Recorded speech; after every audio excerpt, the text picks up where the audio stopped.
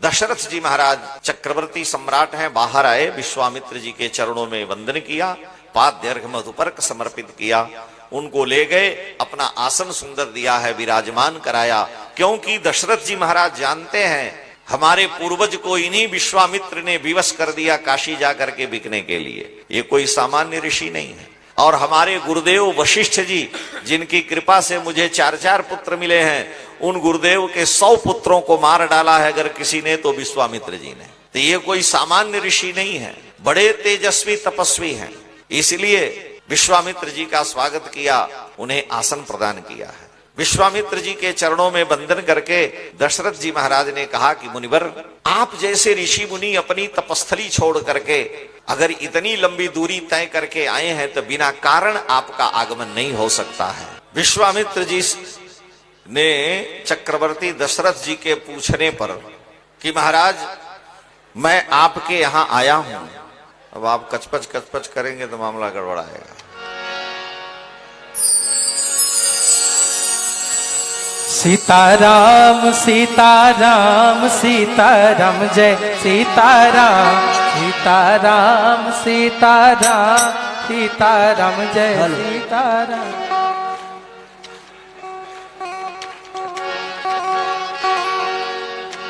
सीताराम जी की प्यारी राजधानी लागे, राजधानी लागे, मोहे मीठो मीठो सरजू जी को पानी लागे। सीताराम जी की प्यारी राजधानी लागे, राजधानी लागे, मोहे मीठो मीठो सरजू जी को पानी लागे। सीताराम जी हो प्यारी राजधानी लागे, राजधानी लागे, मोहे मीठो मीठो सरजू जी को पानी लागे। सीताराम जी की प्यारी राजधानी लागे, राजधानी लागे, मोहे मीठो मीठो सरयू जी को पानी लागे।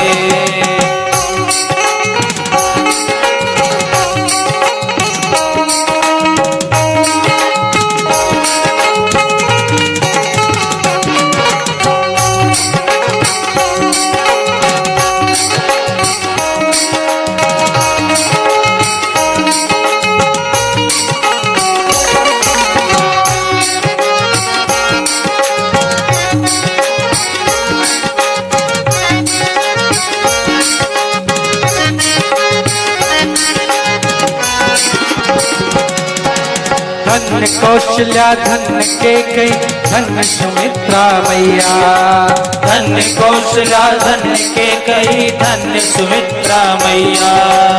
धन भूप दशरथ जी के आंगन खेले चारों भैया, धन भूप दशरथ जी के आंगन खेले चारों भैया। मेरी दोस्तली रे हो सबकी बाणी लागे, सबकी बाणी लागे, मोहे मीठो मीठो सरजू जी को पानी लागे। सीताराम जी की प्यारी राजधानी लागे, राजधानी लागे, मोहे मीठो मीठो सरयू जी को पानी लागे।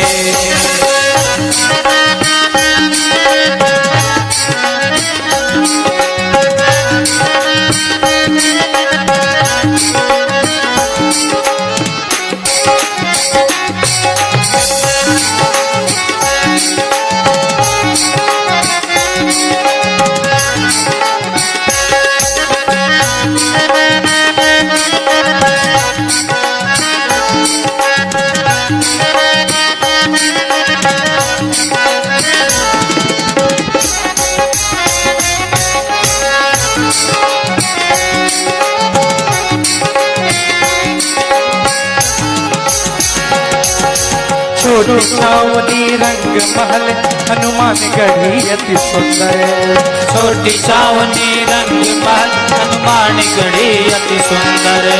छोटी छावनी रंग महल हनुमान गढ़ी अति सुंदर। छोटी छावनी रंग महल हनुमान गढ़ी अति सुंदर। स्वयं जगत के मालिक बैठे कनक भवन के अंदर।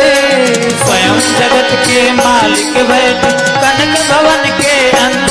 सीताराम जय हो।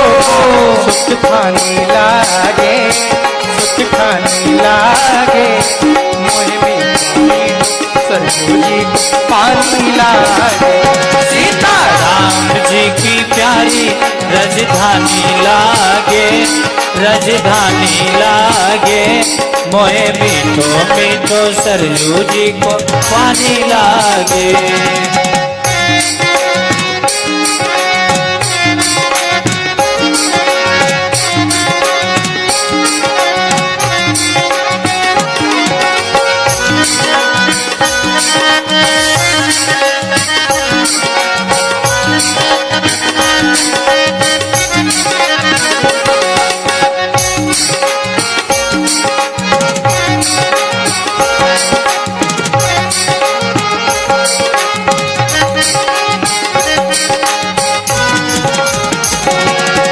सहज सुहावन जन्मभूमि श्री रघुवर राम लला की। सहज सुहावन जन्मभूमि श्री रघुवर राम लला की। ओ सहज सुहावन जन्मभूमि श्री रघुवर राम लला की। सहज सुहावन जन्मभूमि श्री रघुवर राम लला की। जानकी महल सुच सुंदर सेवा लक्ष्मण जू के किला की। जानकी महल सुच सुंदर सेवा लक्ष्मण जी की किला की। यहाँ के कणे कणे से पुरानी लागे, पुरानी लागे, मोहे में पानी लागे। सीताराम जी की प्यारी राजधानी लागे, राजधानी लागे, मोहे मीठो मीठो सरयू जी को पानी लागे। सीताराम जी की प्यारी राजधानी लागे, राजधानी लागे, मोहे मीठो मीठो सरयू जी को पानी लागे। सीताराम जी की प्यारी राजधानी लागे, राजधानी लागे, मोहे मीठो मीठो सरयू जी को पानी लागे।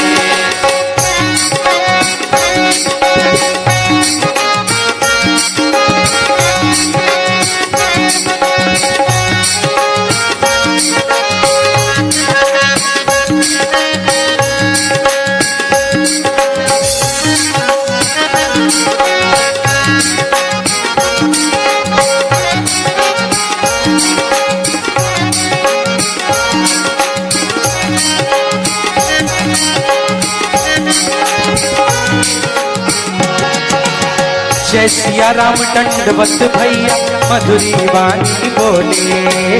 जय सिया राम दंडवत भैया मधुरी वाणी बोले। यहाँ पर महाराज जी जयकारा लगवाते हैं तो आप लोग एकदम सुस्त रहते हो। एक बार जोर से, अगर भगवान श्री राम से प्रेम है तो एक बार जोर से जय जय सिया राम, जय सिया राम, जय जय सिया राम, जय सिया राम, जय जय सिया राम। जय सिया राम दंडवत भैया मधुरी वाणी बोले। जय सिया राम दंडवत भैया मधुरी वाणी बोले। जय सिया राम दंडवत भैया मधुरी वाणी बोले। जय सिया राम दंडवत भैया मधुरी वाणी बोले। करे कीर्तन संग मगन मन गली गली में डोले। करे कीर्तन संग मगन मन गली गली में डोले। सीता प्यारी मस्तानी लागे, मस्तानी लागे, ताली बजाते हुए तो सरयू जी को पानी लागे। सीताराम जी की प्यारी राजधानी लागे, राजधानी लागे, मोहे मीठो मीठो सरयू जी को पानी लागे। हाथ उठा करके सभी लोग हाथ उठा करके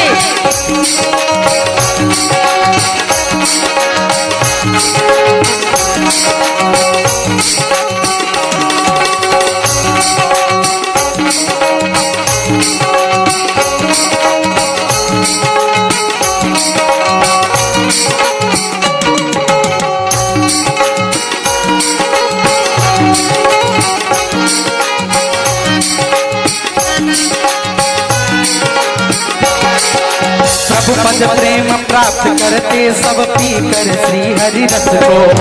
प्रभु पद प्रेम प्राप्त करते सब पीकर श्री हरि रस को। जन राजेश रहे नित निर्भय फिकर कहूँ क्या उसको। जन राजेश रहे नित निर्भय फिकर कहूँ क्या उसको। जिनको माता पिता रघुनाथ जय हो लागे सिया महारानी लागे मोहे सरयू जी को पानी आए। सीता राम जी की प्यारी राजधानी लागे राजधानी लागे मोहे मीठो मीठो सरयू जी को पानी लागे। सीता राम जी की प्यारी राजधानी लागे राजधानी लागे मोहे मीठो मीठो सरयू जी को पानी लागे। सीता राम जी की प्यारी राजधानी लागे राजधानी लागे मोहे मीठो मीठो सरयू जी को पानी लागे। मोहे मीठो मीठो सरयू जी को पानी लागे। मोहे मीठो मीठो सरयू जी को पानी लागे। श्री सरजू महारानी की जय हो। आज भी भारत की सारी नदियों में सबसे शुद्ध और पवित्र जल सरजू जी का है, सब लोग मान लिए हैं। सरजू जी का जल सबसे शुद्ध है, हम लोग 12 महीने पीते हैं। आपके यहाँ आए हैं तो भी लेके आए हैं। आरओ का जल पीते थे तो गांठ में दर्द कमर में दर्द शुरू हो गया, फेंक दिए आरओ फारो। और सरजू जल पीने लगे, कहीं न गांठ का दर्द। 20 वर्ष आरओ का जल पिए, 3 वर्ष से सरजू का जल लाद के लेके चलते हैं। न गांठ में दर्द है, न बाह में दर्द है, न बड़ी दुर्दशा हो रही थी। ये प्रैक्टिकली बात बता रहे। इसलिए मीठा अगर सरजू जी का जल लगता है तो इसमें हमारा आपका चमत्कार नहीं, ये तो प्रकृति भगवती का है ही। राम जी के नाम का वैशिष्ट है कि उनके जल की दिव्यता, श्री राम नाम का कीर्तन उस जल में नित्य पड़ता रहता है, ध्वनि रहती है, इसलिए कलकल निनाद करती हैं भगवती। विश्वामित्र जी महाराज ऐसे ऋषि हैं जिन्हें विश्व की चिंता है।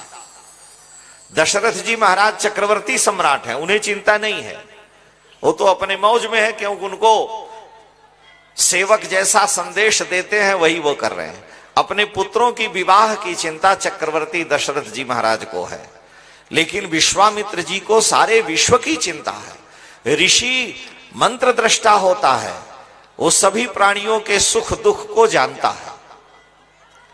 विश्वामित्र जी से पूछा, महाराज आपका आगमन कैसे हुआ?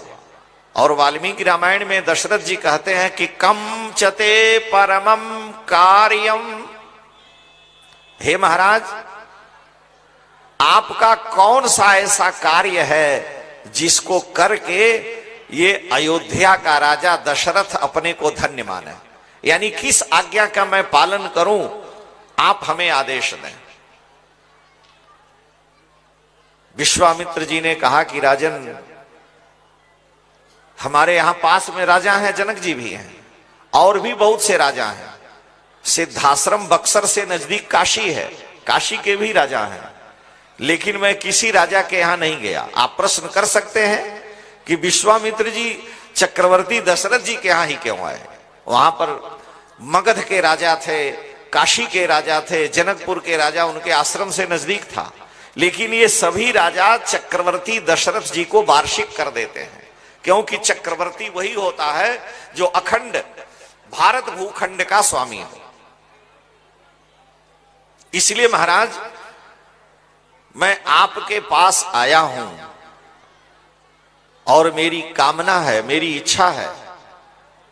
दशरथ जी महाराज से कहते हैं कि असुर समूह सता वही मोही मैं जाचन आयौ नृपतो ही। हमें असुर बहुत परेशान कर रहे हैं, आपको यहां पता नहीं चल रहा। देखिए,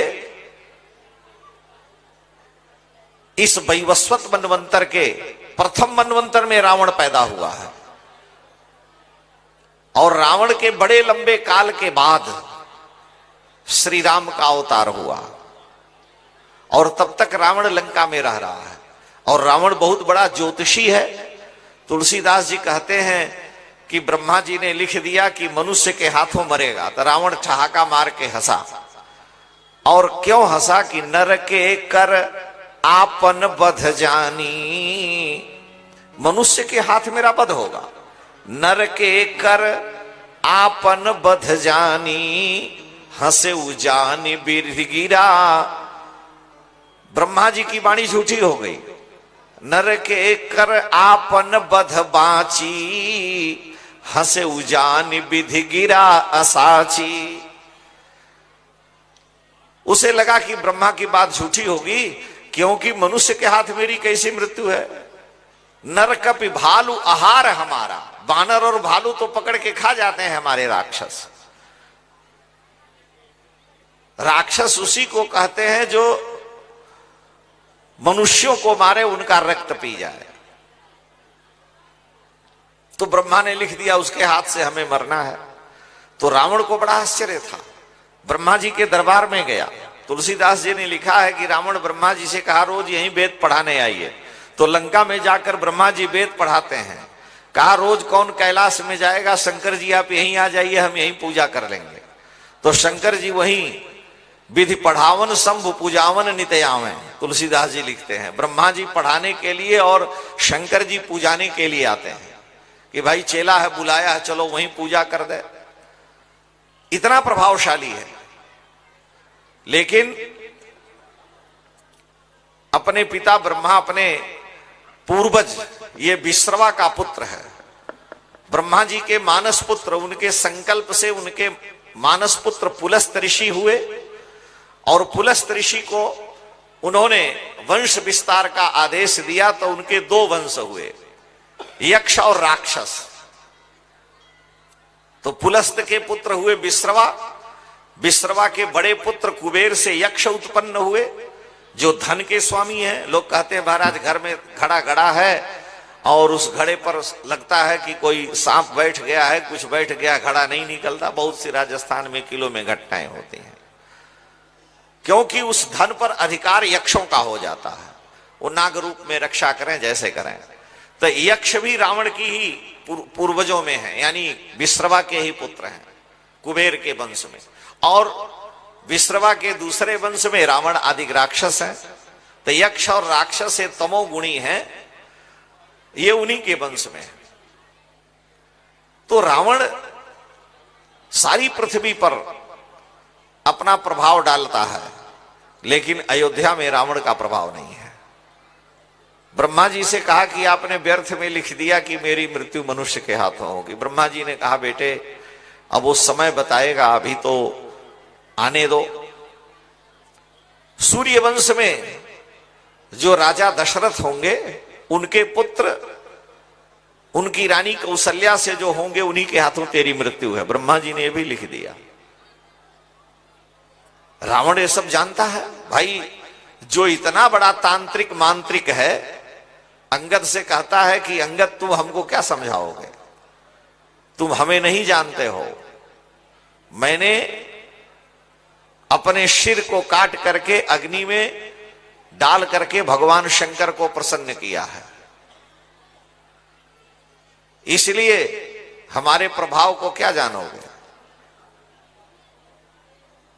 तो अंगद जी उसको उत्तर देते हैं, वो तो आगे की बात है। तो सिर अपना काट करके भगवान को प्रसन्न करता है। 10 सिर से प्रसन्न कर पाया, 11वां था नहीं। हनुमान जी 11वें रुद्र है। तो वो रावण सारी पृथ्वी पर उसका आतंक है।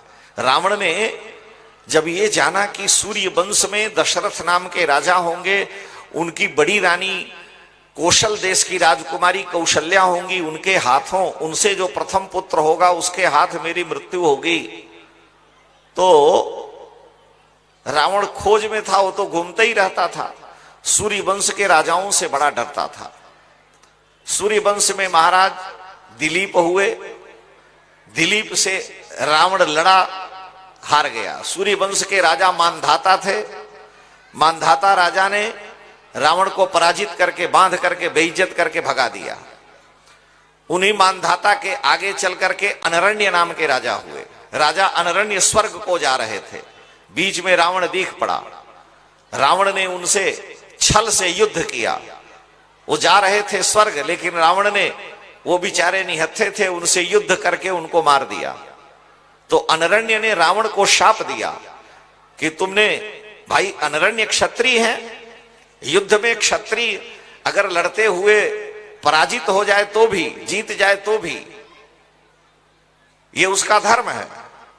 इसलिए अगर हार गए तो शाप देने का अधिकार नहीं है। लेकिन अनरण्य राजा को रावण ने छल से मारा, और छल से मार दिया। तो मरते समय उन्होंने शाप दिया कि मेरे वंश में एक ऐसा तेजस्वी पुरुष होगा जो तेरा और तेरे सारे वंश का जड़मूल से नाश करेगा। रावण ये जान रहा है। उन्हीं अनरण्य, सूर्य वंश में अनरण्य, अनरण्य के वंश परंपरा में आगे चल करके महाराज दिलीप हुए, जो अपने गुरुदेव वशिष्ठ की कामधेनु गौ की सेवा करते थे। क्योंकि दिलीप राजा स्वर्ग से आ रहे थे, कल्प वृक्ष की छाया में कामधेनु बैठी थी। उनकी रानी सुदक्षिणा उस समय रजस्वला स्नान कर चुकी थी।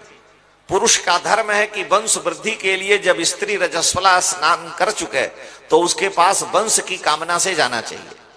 विलंब हो रहा था स्वर्ग में से चलने में, कामधेनु की प्रदक्षिणा नहीं की और जल्दी से चले आए। कामधेनु ने शाप दे दिया कि जाओ, मैं कल्प वृक्ष की छाया में बैठी हुई और मुझको देख करके भी तुमने मेरी प्रदक्षिणा नहीं की, तुम्हारा संकल्प पूरा नहीं होगा। कामधेनु का शाप लगा और राजा दिलीप को संतान नहीं हुई। लंबा काल बीत गया। अपने गुरुदेव वशिष्ठ की शरण में गए। वशिष्ठ जी के पास कामधेनु की पुत्री नंदिनी नाम की गाय रहती थी, दिया। उन्होंने सेवा की। रघुवंश महाकाव्य में कालिदास ने बड़े विस्तार से लिखा है। और उस सेवा से नंदिनी ने प्रसन्न होकर के पुत्र का वर दिया। तो उनके वंश में आगे चल करके रघु नाम के राजा हुए। राजा रघु बड़े प्रतापी। राजा रघु से लड़ने के लिए रावण आया। राजा रघु ने रावण से कहा कि लंकेश, अगर तुम हमसे लड़ना चाहते हो तो कोई बड़ी बात नहीं है, हम तैयार हैं। उन्होंने कहा कि मैं मंत्र से अभिमंत्रित करके एक बाण को छोड़ता हूं और इस बाण पर तुम अपनी शक्ति का प्रयोग करो और ये बाण जो मैं कहूंगा वहीं जाएगा। उन्होंने मंत्र से अभिमंत्रित करके जो ही बाण छोड़ा, रावण किंग कर्तव्य विमूढ़ हो गया। कहा मैं यहीं से बैठे तेरी सारी लंका को जला सकता हूं इस बाण में। इसलिए सूर्यवंशी क्षत्रियों की एक विशेषता थी कि वो शब्द वेदी बाण चलाते थे। दशरथ जी महाराज ने देखा नहीं कि सरजू के नीचे क्या है, और सरजू के नीचे हाथी कोई पानी पी रहा होगा यह समझ करके बाण चला दिया। और श्रवण कुमार अपने माता पिता के लिए जल लेने गए थे। शब्द जहां से आया वहीं बाण जाके लगेगा। ये शब्द वेदी बाण केवल सूर्यवंशी राजाओं में था। रघु के डर के मारे भाग खड़ा हुआ रावण। रघु महाराज के वंश में अज हुए। अज संध्या बंदन सरजू जी में कर रहे थे। सोचा इस राजा को मार दें, रघु से तो नहीं जीत पाए। अज के ही पुत्र दशरथ होंगे। महाराज अज सरजू जी में संध्या बंदन कर रहे थे दोपहर में, और बीच में जल लेकर के पीछे फेंक दिया। उसने पूछा कि इनसे बाद में लड़ेंगे। ब्राह्मण वेश में आया था। जब बाहर निकले कहे मैं ब्राह्मण हूं और आप सरजू जी में खड़े होकर क्या कर रहे थे? महाराज अज ने कहा कि मैं संध्या कर रहा था। कहा आपका कर्म भ्रष्ट है, क्योंकि संध्या करने में पीछे जल फेंकने का विधान नहीं है। राजा ने भी कहा कि विधान नहीं है। तब फिर कहा मेरे गऊ के ऊपर इस समय शेर ने आक्रमण कर दिया है और मुझे यही ध्वनि सुनाई दी, इसलिए मैंने बाण, जल का बाण बना करके उस शेर को मारा है गऊ की रक्षा के लिए। रावण ने कहा कि मैं देखूंगा। कहा जाओ देख लो। ब्राह्मण वेश छोड़ करके रावण गया जंगल में। देखा तो गाय चल रही है, शेर वहीं मरा पड़ा है, बाण है। वहीं से लौट गया। सोचा ही तो हमको लंका में ही बाण मार देगा। लौट गया वहां से। महाराज दशरथ से लड़ने के लिए आया। कहा राजन, मैं लंका का राजा रावण आपसे लड़ना चाहता हूं, आप हमें द्वंद्व युद्ध दीजिए। दशरथ जी ने कहा कि देखो, तुम और हम दोनों वीर हैं, इसमें कोई दो राय नहीं, लेकिन मैं बूढ़ा हो चला हूं, तुम जवान हो अभी, रावण की आयु बड़ी लंबी। तो ऐसा करते हैं कि हमारी जो अर्गला है मैं इसको खोल देता हूं और तुम बाहर खड़े रहो। हमारे अयोध्या के परकोटे का जो दरवाजा है, उस दरवाजे की अर्गला को मैं हटा दे रहा हूं। सेवक ने हटवा दिया, जिससे बंद होता है, और कहा कि तुम अपने भुजाओं से अगर इस दरवाजे को खोल दोगे 10-20 भुजाओं से, तो फिर मैं तुमको द्वंद्व युद्ध दूंगा, नहीं तो बराबर में युद्ध होना चाहिए। रावण सोचा कि ये बूढ़े होने वाले हैं, ये क्या हमारा सामना करेंगे। रावण थक गया, उस दरवाजे को खोल नहीं पाया और वहीं से बिना कुछ बताए पैर दबा करके भाग गया। सोचा कि जो दरवाजा बंद किया और मैं नहीं खोल सकता, उस राजा का क्या सामना करूंगा। उन्हीं चक्रवर्ती दशरथ जी महाराज के विवाह की चर्चा कौशल देश के राजा ने निमंत्रण दिया, और जिसको आजकल रिंग शिरोमणि कहते हैं लोग, वो सारी बातें हो गई। दशरथ जी को कौशल देश की राजकुमारी भगवती कौशल्या से विवाह होगा। रावण खोज में था कि इन्हीं से तो इनकी संतान होगी जो मेरा काल होगा। आजकल जो बिलासपुर रायपुर का क्षेत्र है, वही राम जी का ननिहाल है, वही कौशलपुर महाराज की राजधानी कही गई है। तो रावण ने एक उपाय रचा। महाराज दशरथ जब निश्चित हो गया, तो अज महाराज अपने पुत्र दशरथ के विवाह की सारी तैयारियां कर रहे थे। प्रजा प्रसन्न है। सरजू के तट पर जैसे नदी के किनारे लोग जाते हैं, गाजा बाजा लेकर के पूरा उत्सव हुआ। दशरथ जी महाराज उस समय राजकुमार थे, राजा नहीं थे, इनके पिता अज थे। सारी ऋषि मुनि प्रजा को लेकर के सरजू के किनारे गए, सभी स्नान ध्यान किए और वहां विधि विधान से बाजे, उत्सव होने लगे, क्योंकि यहीं से बारात जाएगी। ये बारात की तैयारी के लिए सरजू स्नान पूजन आदि हो रहा था। रावण ने आकाश मंडल में आकर के देख लिया। उसने मंत्र के प्रभाव से इतना भयंकर वहां तूफान खड़ा किया कि सैकड़ों लोग बह गए। अनेक नौकाओं में लोग थे, सारी नौकाओं को उसने डुबो दिया। प्रजा त्राहि त्राहि की, जिनको तैरने आता था वो किनारे आ गए, बहुत से लोग डूब के मर गए। चक्रवर्ती दशरथ जी, उस समय दशरथ जी के पिता अज थे, दशरथ जी का अता पता नहीं चला, वो नदी में डूब गए, कहां गए कुछ पता नहीं चला। बाद में प्रवाहित, अब तो नदियां ऐसी नहीं थी कि बांध दिया जाए, जितना जल है सब किनारे कर दिया जाए। उस समय नदियों में पूरा प्रवाह था, स्वतंत्र प्रवाहित होती थी। दशरथ जी महाराज बह गए और बह करके काफी दूर जाने के बाद जल से आए तो एक नौका उनको लगी जो उल्टे थी, और उस नौका से ये बच करके ऊपर निकले, नौका का आश्रय लिए तो देखे उसी नौका पर सुमंत जी भी आश्रय लेके पड़े हैं। इनको चेतना आई, उन्होंने पूछा, सुमंत आप कहे कि मैं भी नाव के नीचे आ गया था, बड़ी मुश्किल से मैं ऊपर आया हूं।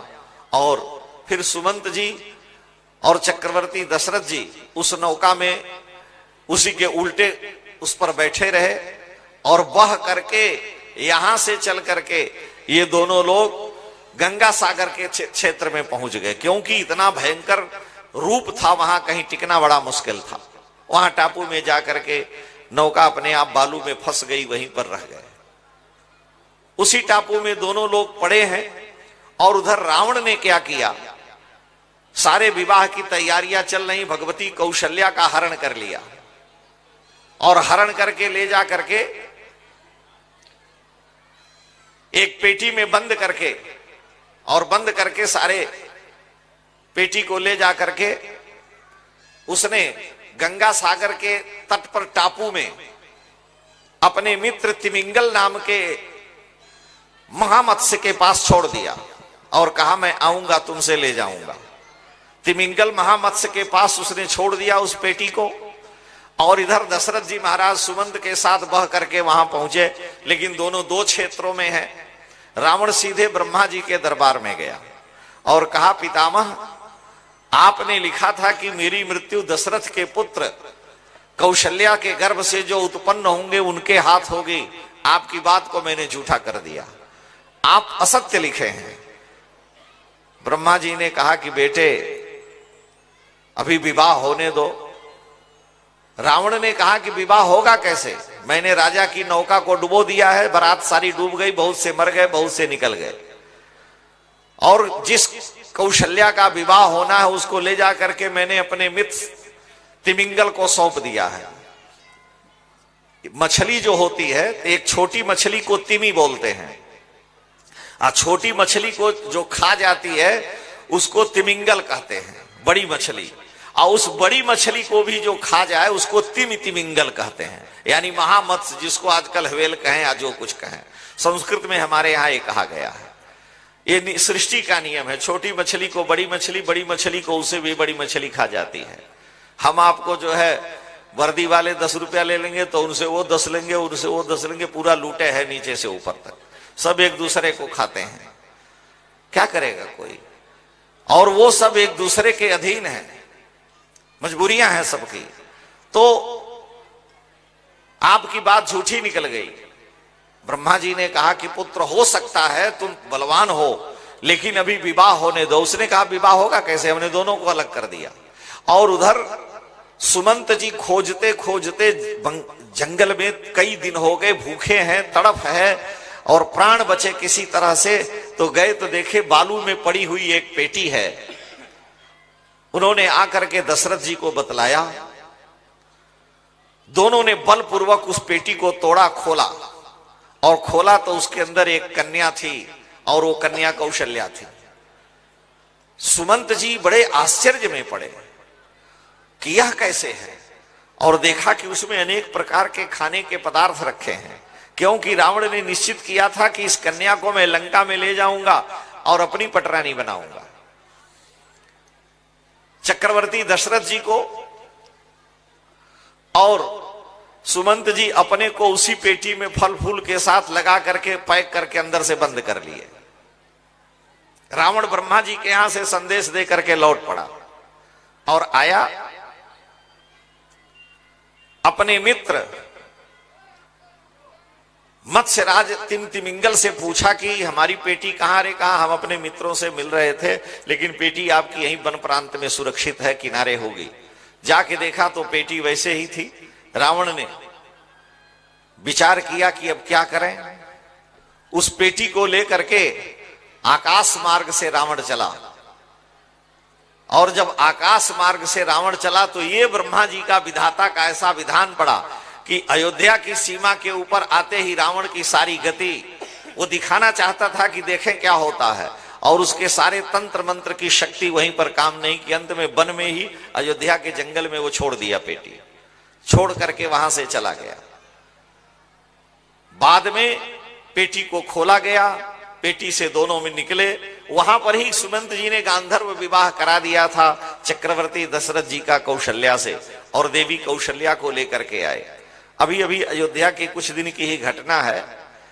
एक महात्मा जी, नाम उनका मेरे को नहीं याद है, लेकिन अभी हैं वो जीवित, अयोध्या में मरने के लिए सरजू जी में कूद गए, और सरजू जी में कूद गए, भयंकर बरसात का समय, बह गए।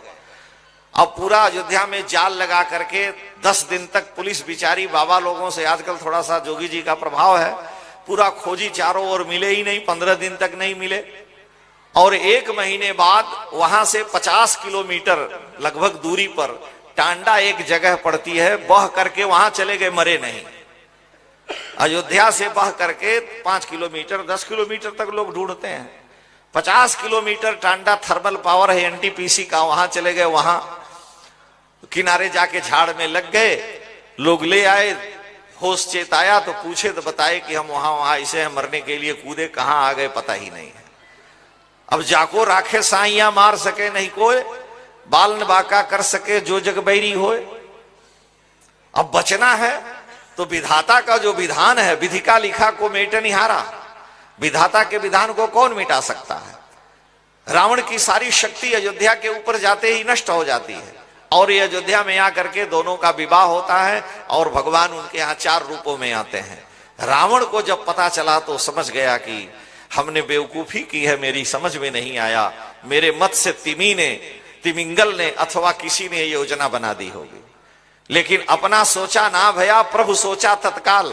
राजा बलि यज्ञ कर रहे थे बहुत बड़ा, लेकिन अपना सोचा ना हुआ, हरि सोचा तत्काल, बलि को भेज दिया पाताल।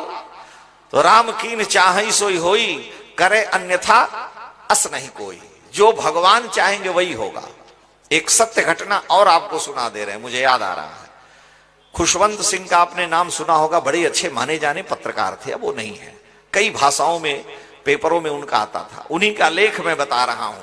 वो एक अपने लेख में अंतिम एक टिप्पणी लिखते थे जो यथार्थ घटना से लेकर के, वैसे व्यंग्यकार भी थे वो।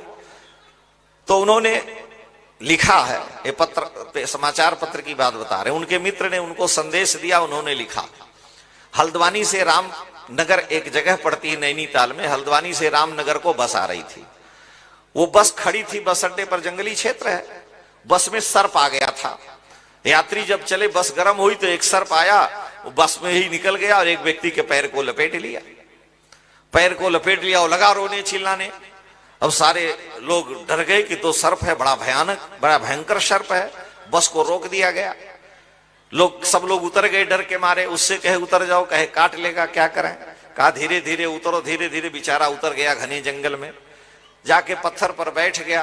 बड़ी देर तक बैठा रहा सर्प, उसके पैर को छोड़ा नहीं। सारे यात्री कहे हम लोग परेशान हैं अब एक व्यक्ति के कारण। ड्राइवर कंडक्टर ने कहा हम लोग जा रहे हैं, आगे कोई भी मिलेगा नगर गांव, कोई तांत्रिक मांत्रिक तो उपाय करेंगे, तुम धीरे धीरे यहां बैठे रहो, अब क्या करें, सबका नुकसान है। अब वो बेचारा वहीं बैठा और बस वहां से लगभग 4-5 किलोमीटर चली, 100 फीट खाई में गिर गई और सारे के सारे लोग मर गए। ड्राइवर एक था, वो गेट पर, जो कंडक्टर था वो गेट पर पकड़ के खड़ा था, तो वो फिसल करके किसी पेड़ की डाली पर अटक गया, उसके हाथ पैर टूटे थे केवल। ये बेचारे सर्प उनको छोड़ के चला गया, वो पैदल वहां से आ रहे हैं। केवल इतने पर ही, वो तो कहानी बड़ी लंबी है। ये हमारे कहने का मतलब, कब देखिए विधाता का विधान क्या, यथार्थ घटना है, सारे लोग जानते हैं, अभी बहुत से लोग हैं वहां। कहने का मतलब यह है कि अगर 100 सवारी है गाड़ी में, बचाना एक को है, तो ठाकुर सर्प काल रूप बन करके आकर के उसको अलग निकाल लिया, उनको चला गया। तो ये ईश्वर की लीला बड़ी विलक्षण है। रावण ने अपनी ओर से कोई ऐसा उपाय नहीं किया कि जिससे हमारे काल की समाप्ति न हो जाए। बहुत उपाय किए, काल को नहीं मार पाया। अब उसने क्या किया, दूसरा उपाय। भाई देखिए, किसी शत्रु को पराजित करने के लिए जब अपनी सेना नहीं काम करती है, तो जैसे आपका पड़ोसी आपके यहां आकर के जो है दुनिया भर के आतंकवादी भेजता है, तो रावण ने वह किया। रावण ने अयोध्या की सीमा के चारों ओर एक विशेष आतंक का पर्याय स्थापित कर दिया। अयोध्या से 84 कोस पूर्व में ताड़का नाम की राक्षसी को लगाया, क्योंकि जानता है पुरुष हैं, पकड़ जाएंगे। उनका पुरुष अगर कोई है तो उसको पकड़ के दंडित किया जा सकता है, और अगर मैं कोई राक्षसी लगाता हूं तो स्त्री जान करके उसका वध नहीं होगा और वो हमारा काम बनाएगी, दशरथ के साम्राज्य को चुनौती देगी। तो उसने क्या किया कि अयोध्या से 84 कोस पूरब में, लगभग पूरब में इतनी ही दूरी पर विश्वामित्र का सिद्धाश्रम है, वहां ताड़का नाम की राक्षसी को लगाया। मारी, सुबाहु सब उसके अनुचर हैं। ताड़का सबका नेतृत्व करती है, और वो ताड़का सारे राक्षसों का नेतृत्व करके दशरथ जी महाराज के साम्राज्य को चुनौती देती है, विस्तार न होने पावे। और इधर से विंध्य क्षेत्र में चित्रकूट के आगे के वनों में सर्वंग तीक्ष्ण आदि ऋषि हैं, अगस्त ऋषि हैं, इनके तप के प्रभाव से राक्षस तो नहीं आते। लेकिन यहां पर उसने पंचवटी क्षेत्र के सारे क्षेत्रों को, जिसे जनस्थान वाल्मीकि रामायण में कहा गया, हम लोग जिसको अरण्य कांड कहते हैं, उस अरण्य में उसने अपनी बहन सूर्पणखा नाम की राक्षसी, जो विद्युत जिह्वा की पत्नी थी, उसको लगा रखा था कि खर दूषण तीसरा सब तुम्हारे सहायक रहेंगे और तुम इस सारे क्षेत्र में आतंकवाद को उत्पन्न करो, राक्षसी शक्ति का विकास करो। अपने आप तुमको स्त्री जान के कोई मारेगा नहीं, तो दशरथ के साम्राज्य को, उनकी वंश परंपरा को हम मिटाने में समर्थ होंगे। लेकिन एक भी उसकी नहीं चली। और उस समय बड़े बड़े ऋषि मुनि राजा महाराजा थे, सब अपने अपने में लगे रहे। विश्वामित्र जी को चिंता है। विश्वामित्र जी कह रहे हैं कि राजन, आप अपने पुत्र के विवाह की चिंता कर रहे हैं और मैं ऋषि यज्ञ कर रहा हूं, असुर हमें बहुत परेशान कर रहे हैं। असुर समूह सतावहि मोहि, मैं जाचन आयो नृपतो ही। हे राजन, मैं आपसे याचना करने आया हूं। इस समय रावण राज्य की स्थापना हो रही है। रामीय संस्कृति के ऊपर सबसे बड़ा संकट है। धर्म के लिए भगवान सच्चिदानंद परब्रह्म परमात्मा आपके यहां आए हैं। यदा यदा ही धर्मस्य ग्लानिर्भवति भारत, जब जब हो धर्म की हानि, और आप उनका विवाह करके बंधन में बांध करके और सोच रहे हैं कि मेरे लाल जी है, मेरा काम हो। उनका अवतार जिस लिए है आपको पता नहीं, ये स्पष्ट नहीं कह रहे हैं, मौन भाषा में हम उसकी व्याख्या कर दे रहे हैं। इसलिए मैं आपसे याचना करने आया हूं, अनुज समेत देहु रघुनाथा, निशिचर बध में होम सना था। दशरथ जी महाराज से विश्वामित्र जी ने कहा कि आज तक मैंने जीवन में किसी से कोई याचना नहीं की है। मैं मांगने वाला ब्राह्मण नहीं हूं।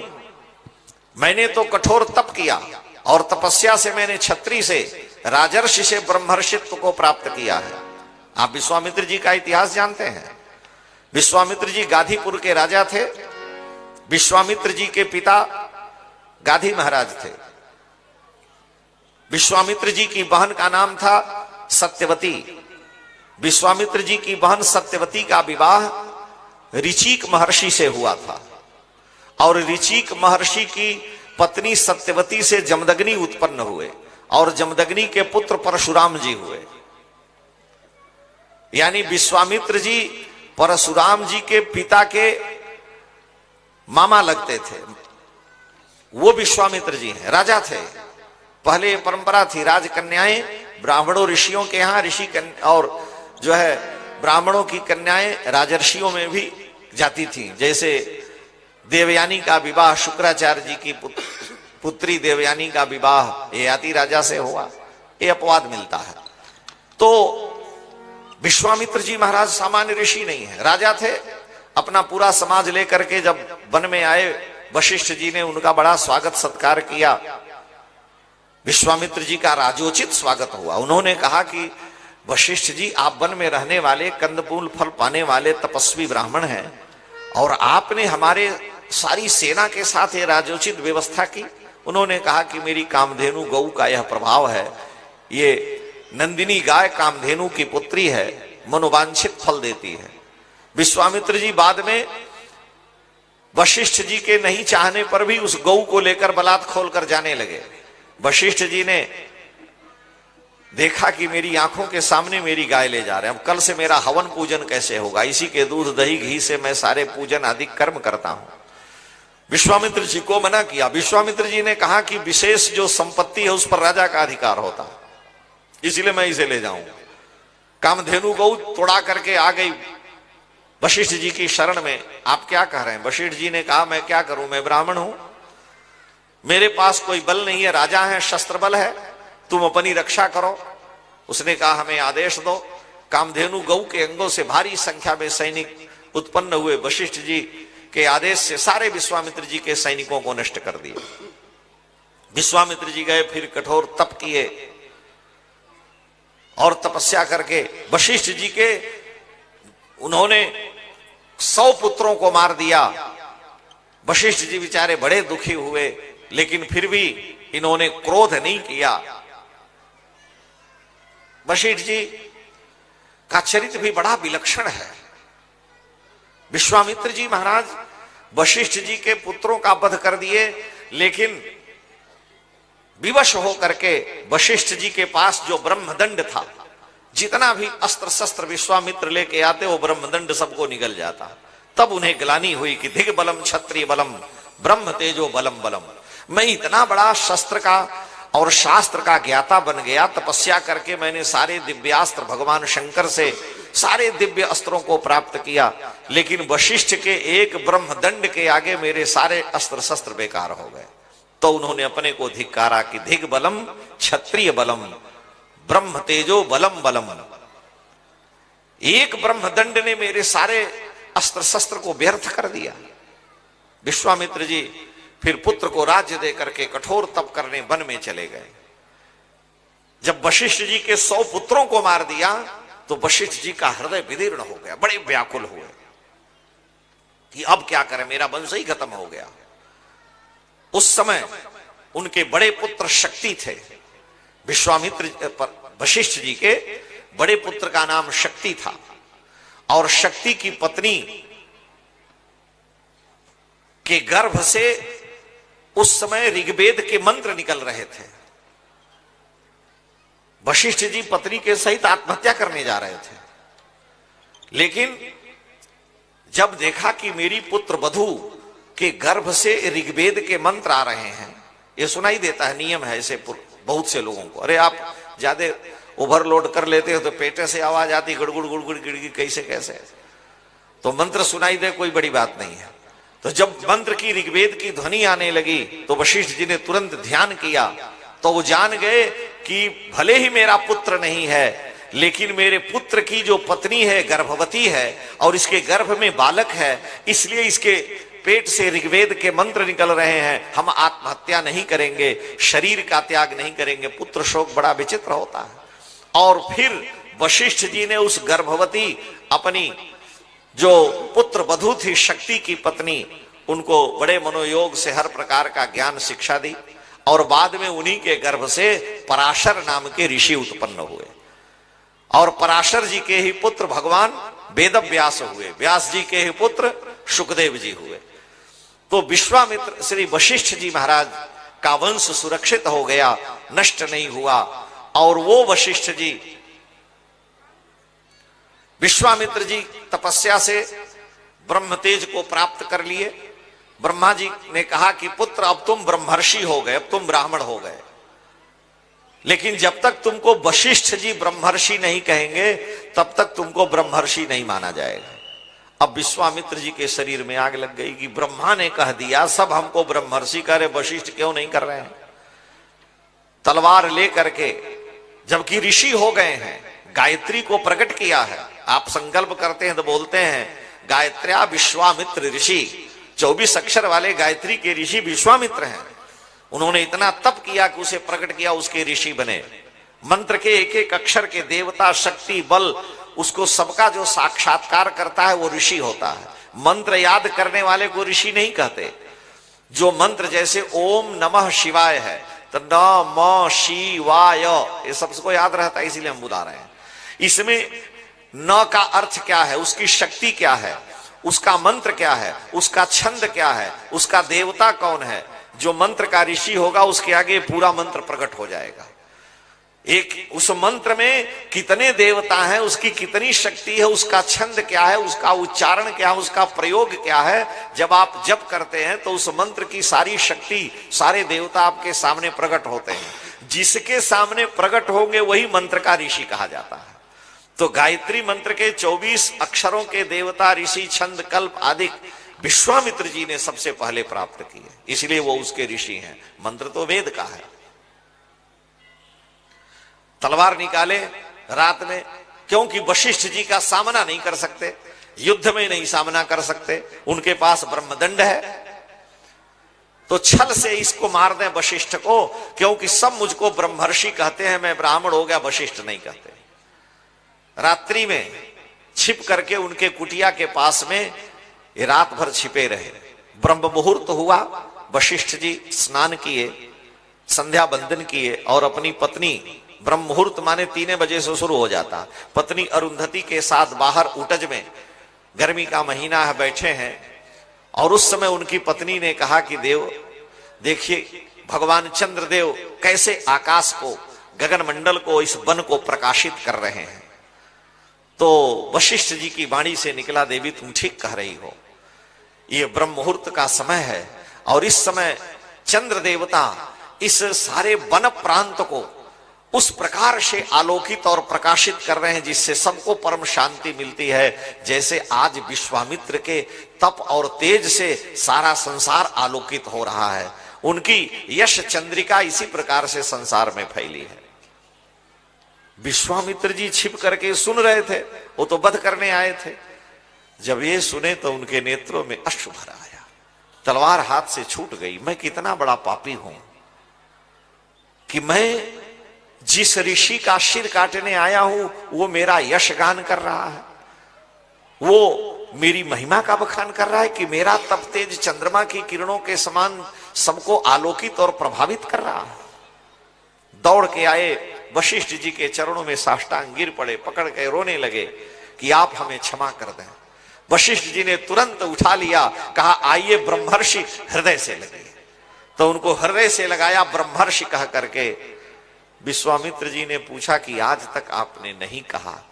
कहा अब आपने शस्त्र का त्याग कर दिया है, अब आप में हिंसा निकल गई है, आपका क्षत्रिय जो क्रोध था अब चला गया है, इसलिए अब आप ब्रह्मर्षि हुए।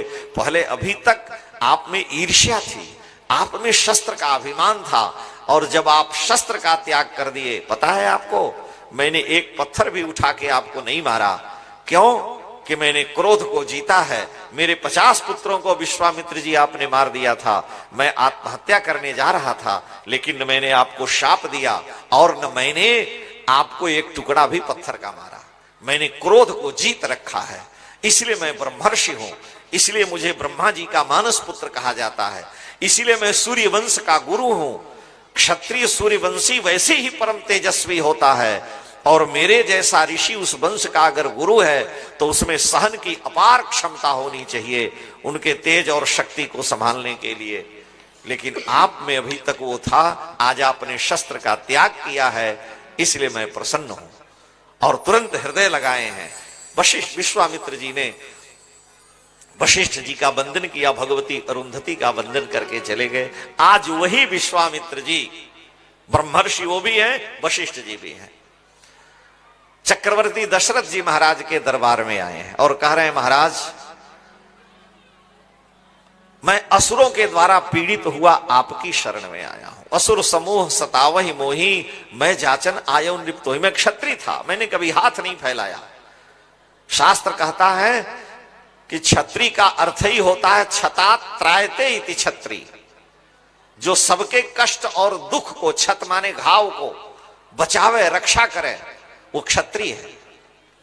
इसलिए उसी के भुजाओं पर ही ये देश राष्ट्र सुरक्षित है, उसको ये पूरा अधिकार है। अब आजकल तो भाई प्रजातंत्र है, हम लोग कहीं पढ़े थे, अब याद नहीं है, प्रजातंत्र मूर्खों का, मूर्खों के लिए, मूर्खों द्वारा शासित है, कहीं आया है। अब हम किसी की बात नहीं करते। एक पढ़े हुए आईएएस का जो कीमत है वही अंगूठा छाप गोबर फेंकने वाले की कीमत है, वो वही मुहर लगाएगा, एक वोट उसका, एक वोट उसका। ये है युग का धर्म। लेकिन योग्यता का कोई माप नहीं। जो 4-4 मर्डर किया वो संसद में बैठ के कानून बनाएगा, बहस करेगा, जो पढ़ा लिखा आईएएस है वो बैठ के मुंह ताकेगा। ये तो विधि का विधान है, ये प्रजातंत्र है। लेकिन यथार्थ ये नहीं है,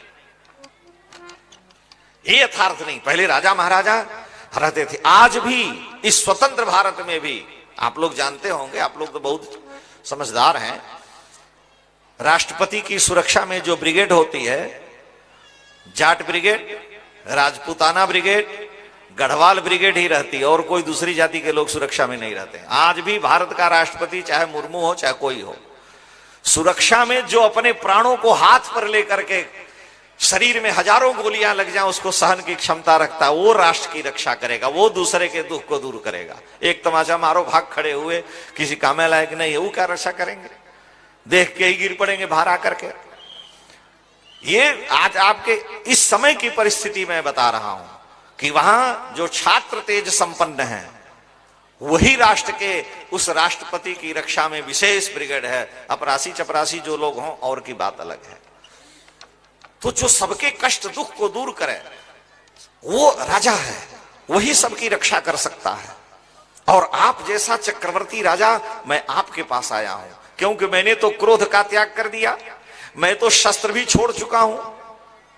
लिखा है वाल्मीकि रामायण में कि स्वयं वशिष्ठ जी चक्रवर्ती दशरथ जी महाराज से कह रहे हैं कि हे राजन, आप विश्वामित्र जी को सामान्य समझ रहे हैं।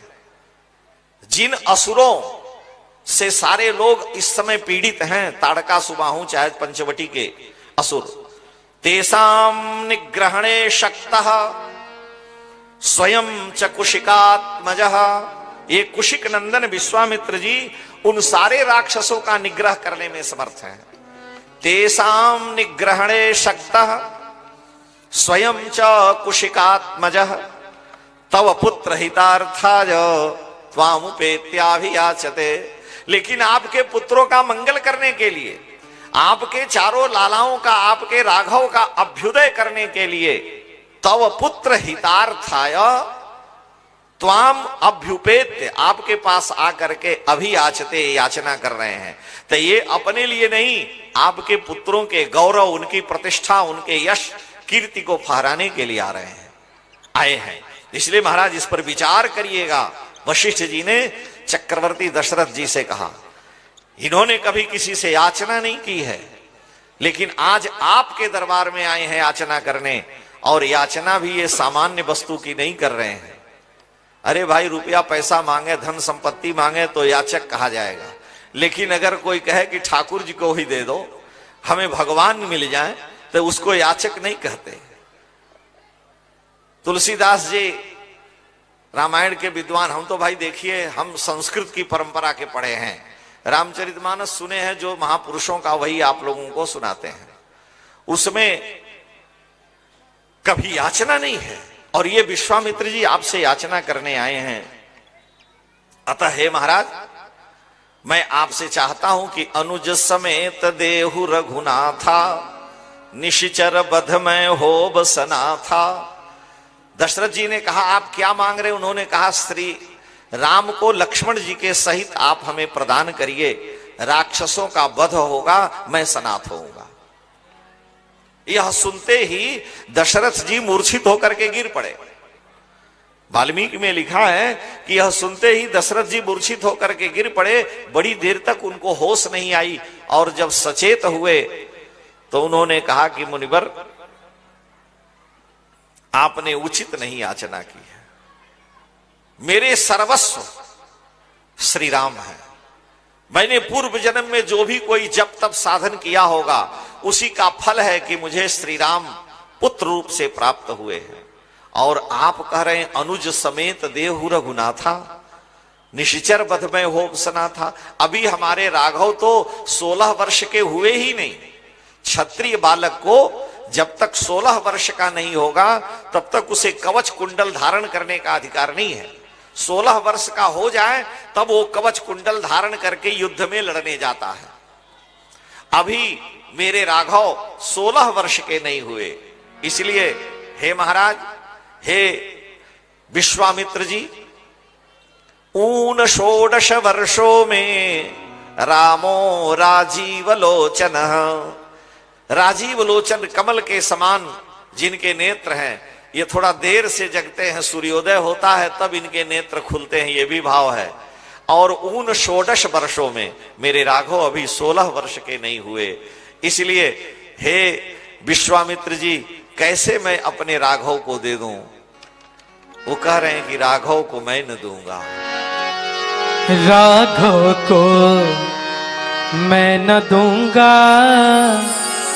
राघव को मैं न दूंगा, मुनिनाथ मरते मरते, मुनिनाथ मरते मरते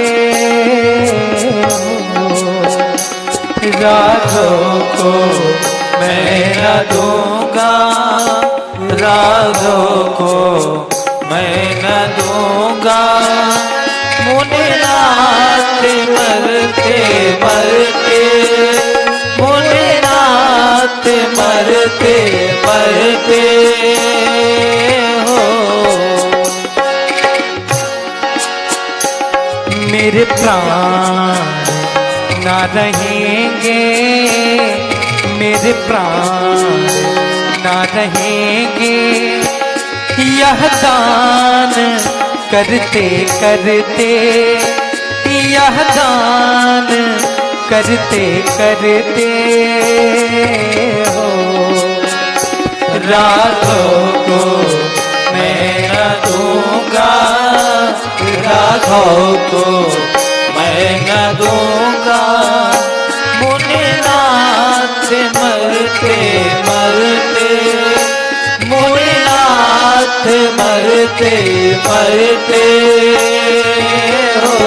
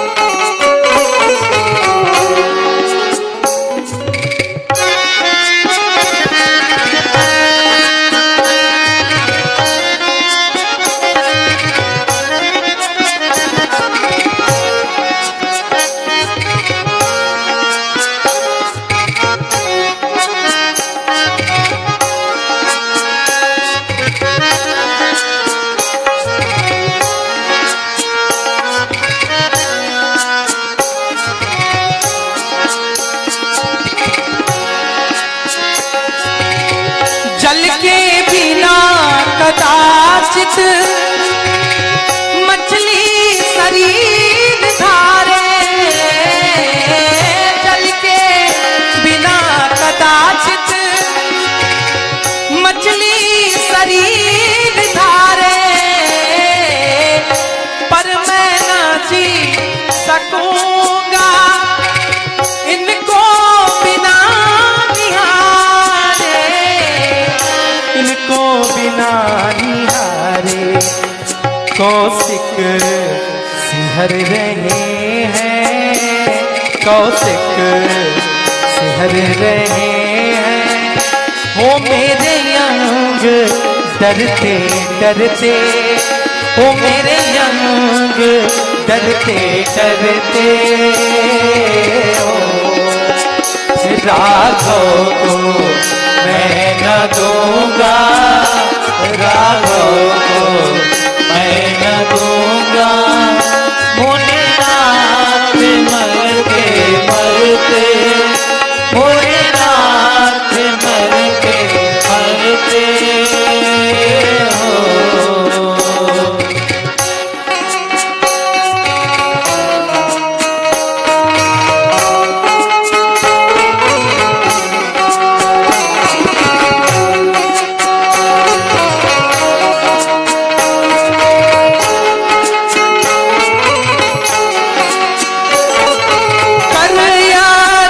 चौथेपन में शुद्ध चार मैंने पाया, करयान चौथेपन में शुद्ध चार मैंने पाया, पितुमात पुरजनों को रामचंद्र ने जिलाया, पितुमात पुरजनों को रामचंद्र ने जिलाया। लोचन चकोर तन में, लोचन चकोर तन में, छवि पान करते करते, छवि पान करके करते हो।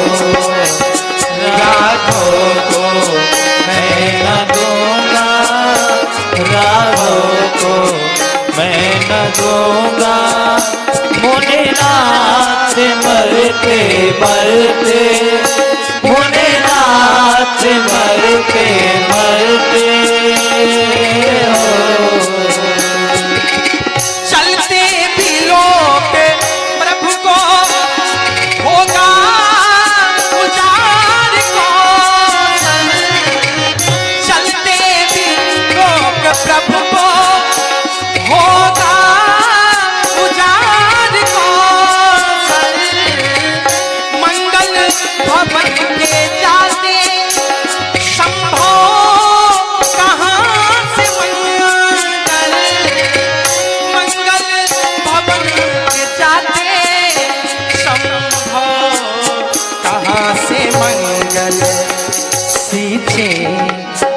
कृपालु तर को सींचे, कृपालु तर को मृदुपात झरते झरते, ओ मृदुपात झरते झरते। राघव को मैं न दूंगा, राघव को मैं न दूंगा, मुनि नाथ मरते मरते, मुनि नाथ मरते मरते हो।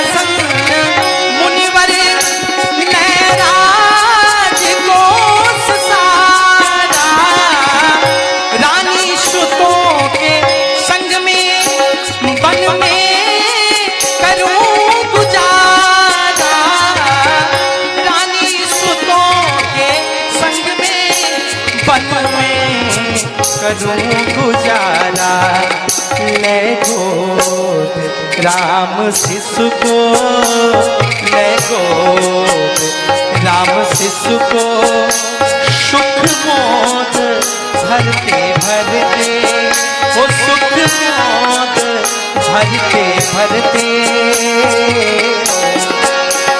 राघव को मैं न दूंगा, राघव को मैं न दूंगा, मुनि नाथ मरते मरते, मुनि नाथ मरते मरते हो। लड़के हैं राम लक्ष्मण कैसे करें लड़ाई, लड़के हैं राम लक्ष्मण कैसे करें लड़ाई। गिरधर प्रभु तो देते बनते नहीं रघुराई, गिरधर प्रभु तो देते बनते नहीं रघुराई। कहियो पड़े चरण में, कहियो पड़े चरण में, गृघनीर भरते भरते, होते नीर भरते भरते। राघव को मैं न दूंगा, राघव को मैं न दूंगा, मुनि नाथ मरते मरते, ओ मुनि नाथ मरते मरते हो। मेरे प्राण ना रहेंगे, मेरे प्राण ना रहेंगे, यह दान करते करते, यह दान करते करते हो। राघव को मैं न दूंगा, राघव को मैं न दूंगा, मुनि नाथ मरते मरते। बोलिए यज्ञ नारायण भगवान की जय हो, श्री राम नाम महायज्ञ की जय हो। आज हम सबका परम सौभाग्य है कि आपके इस क्षेत्र के श्री गणेश सिंह जी माननीय सांसद सतना पधारे हुए हैं। आपको आमंत्रित करता हूं, आप मंच पर आए, महाराज श्री को माल्यार्पण कर आशीर्वाद प्राप्त करें।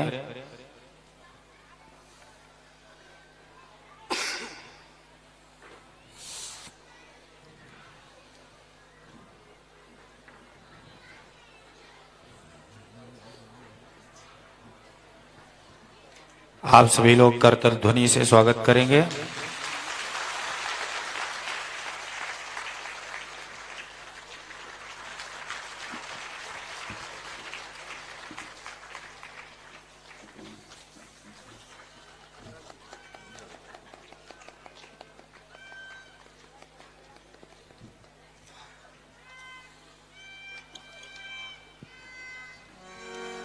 बोलिए यज्ञ नारायण भगवान की जय हो। बड़ा सुंदर संयोग है कि भगवान सिद्ध गणपति की शरण में बैठकर हम लोग कथा सुन रहे हैं, यज्ञ हो रहा है और उन्हीं के प्रतिनिधि स्वरूप श्री गणेश सिंह जी भी विराजमान हैं। तो अच्छा सुंदर संयोग है और यथा नाम तथा गुण होना चाहिए। भाई 10-20 लोगों का 10-20 लाख लोगों का जो प्रतिनिधित्व करे सांसद, तो उसको वास्तव में नाम यही होना चाहिए। गण माने समूह और ईश माने स्वामी। तो जो अनेक गणों का, लोगों का स्वामित्व निर्वहन करे वो गणेश है। गणा नाम ईशः गणेश। तो गणपति तो अपने गणों के ईश हैं, जो गणेश जी के, और आप इस क्षेत्र की प्रजा का प्रतिनिधित्व करते हैं, इसलिए यथा नाम तथा गुण है। हम आपका स्वागत करते हैं। चक्रवर्ती दशरथ जी महाराज हमारे यहां भारतीय राष्ट्रीय संस्कृति जो हमारी है, हमारी जो परंपरा है, उसमें एक राजा की आप मनोदशा पर विचार करें। 60,000 वर्ष की आयु हो गई है। ये कोई आश्चर्य नहीं है। काशी में इसी कलयुग में स्वामी विवेकानंद जी, जिन्हें अपना गुरु मानते थे, श्री तैलंग स्वामी जी, काशी के पंचगंगा घाट पर 300 वर्ष तक जीवित रहे और जिंदी समाधि लिया उन्होंने। उनको कई बार शिवपुर के सेंट्रल जेल में बंद किया गया। वायसराय की सवारी गई, नंगे चलते थे, 6 फीट लंबा शरीर था। वायसराय ने कहा, इस पागल को तुम लोग कैसे सड़क पर खुला छोड़ दिए हो, बंद करा दिया। और दूसरे दिन सवारी निकली, फिर वो सड़क पर घूम रहे थे। उनको जेल में बंद नहीं किया जा सका। ये सब जानते हैं, इतिहास प्रसिद्ध है काशी की घटना। और जिंदी समाधि उन्होंने पंचगंगा घाट पर ली, आज भी है वहां। 300 वर्ष जीवित रहे थे। कलिकाल का प्रभाव है।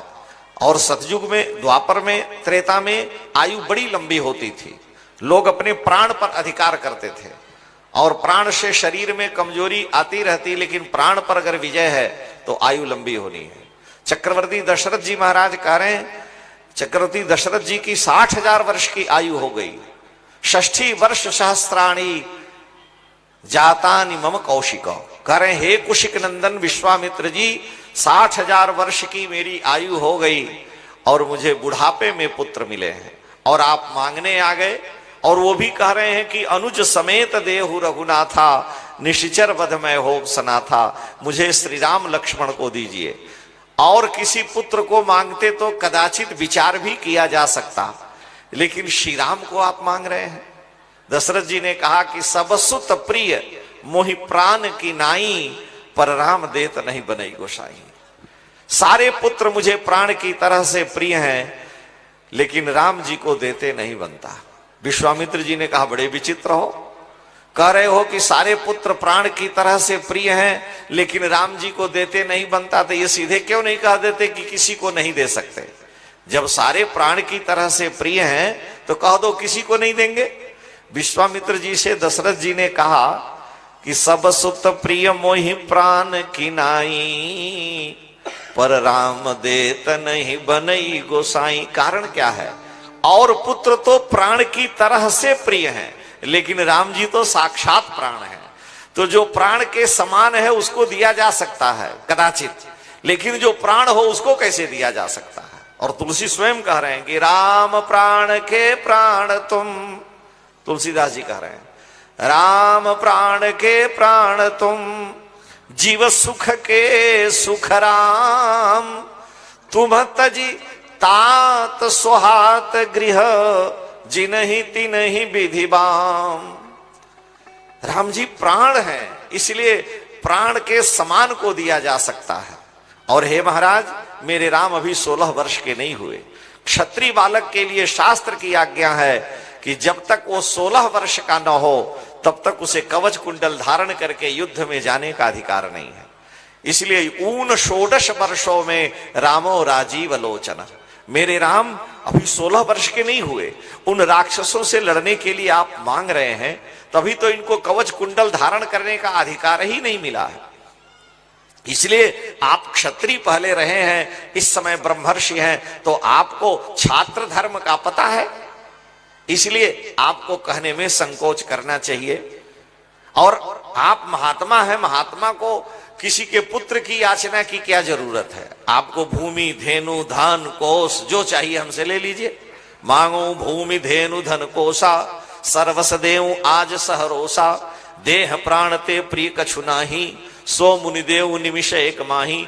मैं शरीर प्राण भूमि धेनु धन कोष सारी वस्तुएं आपको दे सकता हूं जो 2 अक्षर की हैं, लेकिन 2 अक्षर को राम को छोड़ दीजिए। ये मेरे प्राण है, ये मेरे जीवन धन है। चक्रवर्ती दशरथ जी ने स्पष्ट मना कर दिया। विश्वामित्र जी ने देखा कि यह राजा कैसा विचित्र है। वो विचार करते हैं कि ये राजा जो सच्चिदानंद परब्रह्म परमात्मा धर्म की स्थापना के लिए आए हैं, जो असुरों के संहार के लिए आए हैं, राजा का विशुद्ध प्रेम देखिए कि कह रहा है कि मैं प्राण दे सकता हूं, लेकिन प्राण प्रिय श्री राम को नहीं दे सकता। दशरथ जी कितने भाग्यशाली हैं कि उस ब्रह्म पर अपना एकाधिकार जना रहे हैं। लेकिन देखिए क्षत्रिय का धर्म क्या है, बड़ी विलक्षण बात है। ये आज के युग से तब में कितना अंतर था। विश्वामित्र जी ने जान लिया कि ये राजा प्राण दे सकता है, लेकिन अपने प्राण प्रिय पुत्र को नहीं दे सकता। विश्वामित्र जी ने वशिष्ठ जी की ओर देखा और कहा, गुरुदेव वशिष्ठ जी, आपके 100 पुत्रों को मैंने मारा है, आपसे लड़ करके मैं ब्रह्मर्षि हुआ हूं, और अब हम में क्रोध तनिक भी नहीं है, नहीं तो मेरा जो यज्ञ पूरा नहीं हो रहा है, ज्यों ही मैं यज्ञ में दीक्षा लेकर बैठता हूं तो मुझे असुर आके सताते हैं, और सताते हैं तो मैं क्रोध कर नहीं सकता, और बिना क्रोध के असुरों को मारा नहीं जा सकता। ऐसी दशा में मैं क्या करूं? तो आपके यहां आया।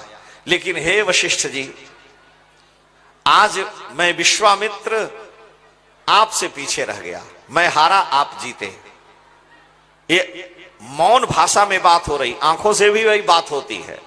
पिता आंख दिखा दे तो बालक रोने लगता है, वही आंख दिखा दे तो हंसने लगता है। आंखों में भी बात होती है। तो दोनों ऋषि हैं और आंखों से ही बात कर रहे हैं।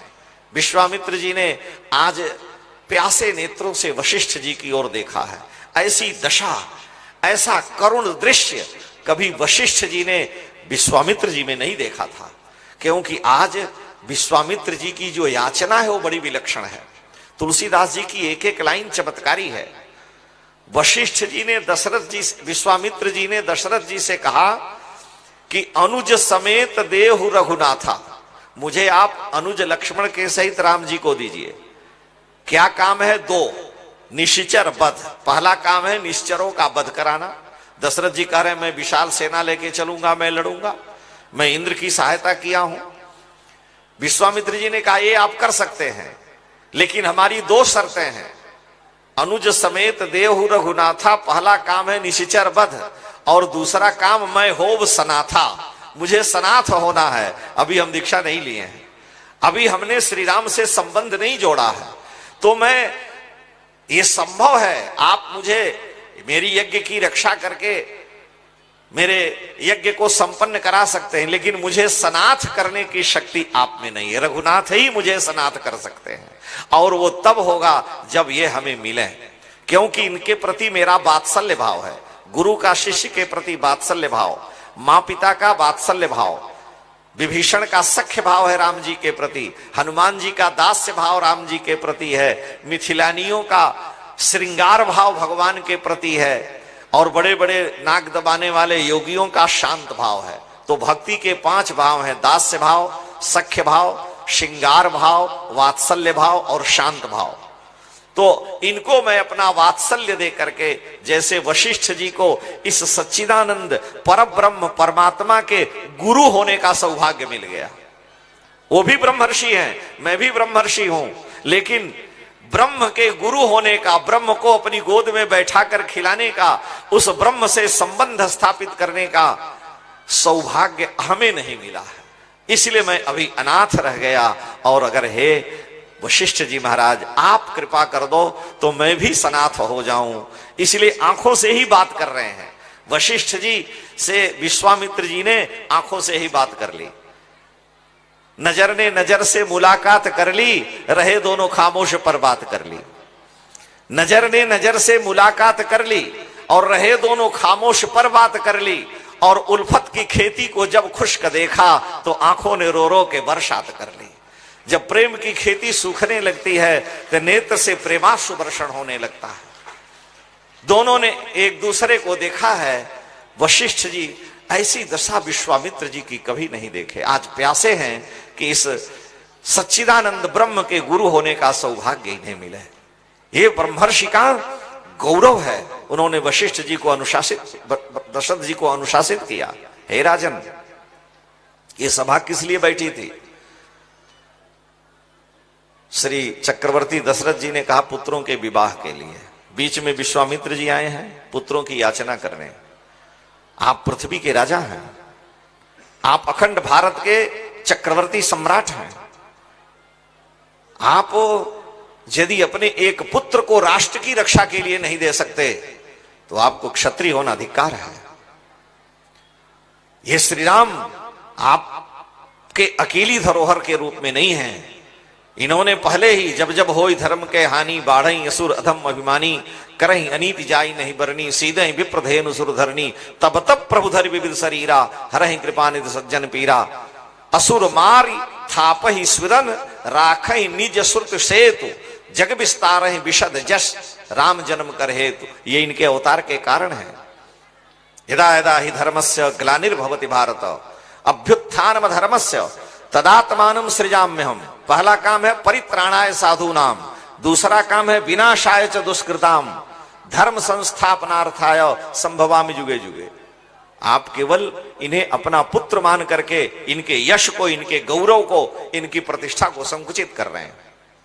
इसलिए महाराज आप उदार दर्शन हैं। कई बार वशिष्ठ जी श्री दशरथ जी को उदार दर्शन कहा गया, अति उदार है। महाराज दशरथ ने जो यज्ञ किया सारी पृथ्वी और अपना सारा राष्ट्र ही दान कर दिया। ब्राह्मणों ने कहा महाराज हम लोग खेती नहीं कर सकते, हम लोग तो भिक्षा से जीने वाले, अपनी संपत्ति आपन तेज समारो आप है, तो उनको वापस कर दिया है। इसी सूर्य वंश में महाराज रघु थे। महाराज रघु के दरबार में वर्तंतु ऋषि का शिष्य कौत्स आया। कौत्स ने आकर के रघु महाराज के यहां उनका दर्शन किया। पाद्य अर्घ मधुपर्क, मिट्टी के पात्र में पाद्य अर्घ मधुपर्क महाराज रघु ने कौत्स को दिया। कहा मुनिवर आपका आगमन। कहे मैं स्नातक हो गया हूं, गुरुदेव से सारी विद्या प्राप्त कर ली। मैंने कहा गुरु दक्षिणा, तो गुरुजी वर्तंतु ऋषि नाराज हो गए और उन्होंने कहा कि कुछ भी दे दो, लेकिन मैं जिद करने लगा। उन्होंने कहा मैंने तुम्हें 14 विद्याएं दी हैं, 14,000 स्वर्ण मुद्रा लाओ। अब मेरे पास गरीब ब्राह्मण कहां से लाऊं? तो मैं आपकी शरण में आया हूं। आप सूर्यवंशी राजा हैं रघु महाराज, मैं आपकी शरण में आया था कि आपसे याचना करूंगा, लेकिन मिट्टी के बर्तन में आपने मेरा स्वागत किया। जब भी कभी मैं आया सोने के पात्र से आप पाद्य अर्घ देते थे, इसलिए मैं आपसे याचना करने में संकोच करता हूं। लिखा है कालिदास ने रघुवंश महाकाव्य में कि तमध्वरे विश्वजित क्षितिशम निहशेष विश्राणित कोश जातम, उपात्त विद्या गुरु दक्षिणार्थी कौत्सह प्रपेदे वर्तंतु शिष्य। वर्तंतु का शिष्य कौत्स आया। महाराज रघु ने तुरंत कहा कि नहीं, हम सूर्यवंशी हैं, आप खाली हाथ नहीं जा सकते, हमारे यहां अकारण कोई नहीं आता है। प्राण जाई बरु वचन न जाई, रघुकुल रीति सदा चली आई। आप चिंता न करें, विश्राम करें। मैंने सर्वस्व दान कर दिया था विश्वजित जग में, इसलिए मेरे पास कुछ नहीं था। मिट्टी के बर्तन का पहला प्रयोग सोने के समान है, इसलिए मैंने आपको पाद्य रख दिया। कितनी पुण्यात्मा धर्मात्मा राजा रघु है।